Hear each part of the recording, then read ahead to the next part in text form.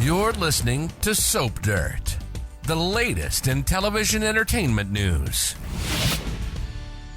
Hey, Young and the Restless fans, I've got your 2-week spoilers for March 17th through the 28th.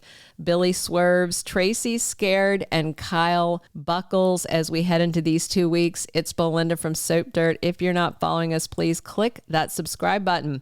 Let's dive in with the action starting on Monday, March 17th. Daniel and Summer are so relieved that Phyllis is back free of her kidnapping ordeal, but Summer thinks she's still in danger because they have no idea who took her and Sharon captive. And of course, Phyllis wants to find the culprit, but Daniel doesn't want his mom involved in it and says just leave it to the cops. Phyllis lets them know she doesn't think this was Ian. But she says, silver lining, she and Sharon worked through some of their things in captivity, and they seem to have put the past behind them. It's going to be bygones. I'm sure everybody will be glad not to be dealing with the Phyllis versus Sharon drama anymore. And Phyllis heads over to see Billy, interrupts him and Sally, who were getting frisky, and Billy's girlfriend leaves to let them talk, which maybe she shouldn't, because of the way things move once she goes. Phyllis tells Billy she really wants to focus on work, and she's crying on Billy's shoulder, saying that he's the only one who can help her rebuild her life. Phyllis is so thankful that he was there to literally save her life because he and Nick swooped in with Chance. And Billy tells her that Phyllis is the only person he wants to build Abbott communications with. That does not sound like good news to me for Sally Spectra, because I think we all know Billy can't be trusted. Alan is very unhappy to find his fiancée Traci with his phone in her hand. And when she sees all the alerts, which of course are the security system at Havenhurst where he was holding Phyllis and Sharon captive, Alan tries to play it off and says his phone was hacked and he keeps getting these nonsense alerts. But then Traci catches him in a lie because he texted her earlier, despite him saying he hasn't really been using his phone. And of course, this is not Alan. This is Martin. And he starts distracting Traci with wedding talks, and he wants them to pack up and go to Paris to look at venues. And really, I think what he wants is to get away from the scene of the crime. Nick is so excited to have Sharon back, safe and sound. She wants to take control of her life and just put this whole ordeal past her. And Sharon tells Nick that she and Phyllis both think that the kidnapper is someone that they know well because they are very well of their entirely messy history and has used it against them.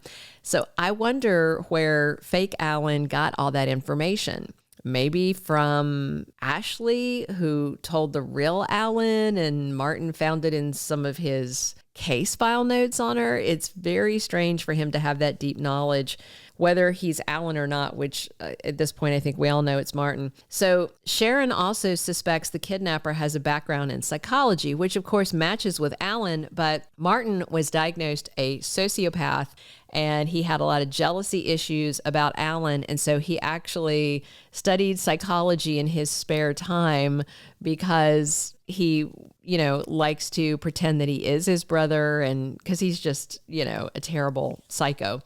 So Chance lets everybody know that they're still searching Havenhurst for clues. They did find some fingerprints, but Chance thinks Sharon should leave town for now just to be safe. Nick thinks she should head over to Europe to see Noah, and Sharon says if she's going to go, she wants Nick to go. Billy tells Sally about what happened with the kidnapping and how they saved Phyllis and Sharon at the very last minute. Sally, she agrees with Daniel about everybody just leaving this to the police to let them find the kidnapper. Then on Tuesday, March 18th, Lily is wondering what Damian is up to. And meanwhile, Damian is wondering what is up with his mom.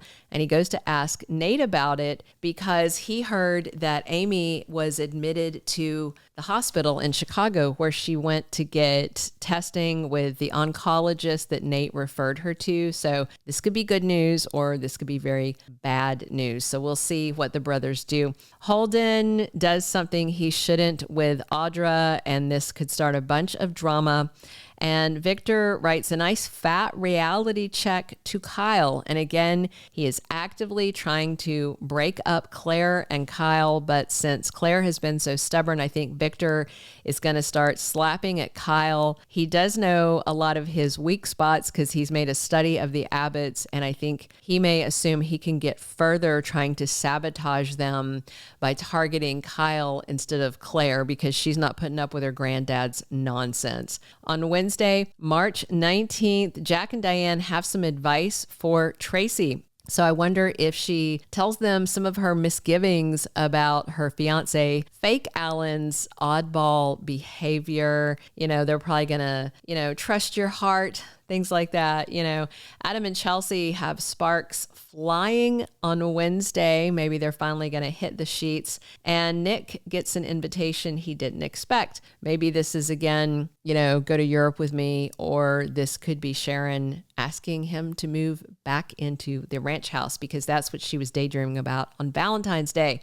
And Sharon flat out asks Nick about his feelings for her and if he ever thinks about them reconciling.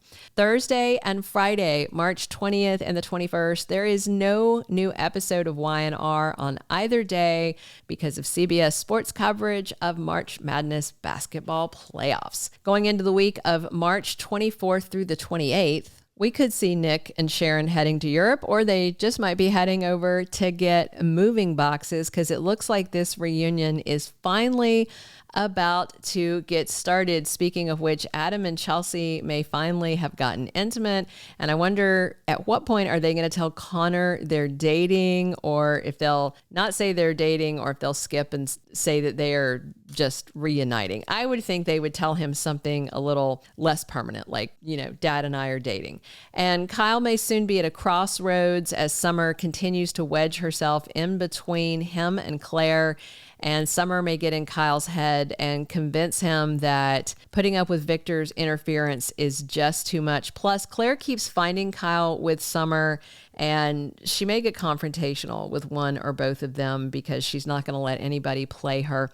With Phyllis back in town, she and Billy are going to be ramping up Abbott.com to get it started as soon as possible, but that puts them in close proximity, working long hours, which could spell big problems for his romance with Sally. And Traci seems to finally be seeing those red flags around fake Alan, but is it enough for her to take a step back? I kind of doubt that Traci's going to walk away because she really wants love in her life. She hasn't dated in a while, and here's this guy that up until now she thought was really great.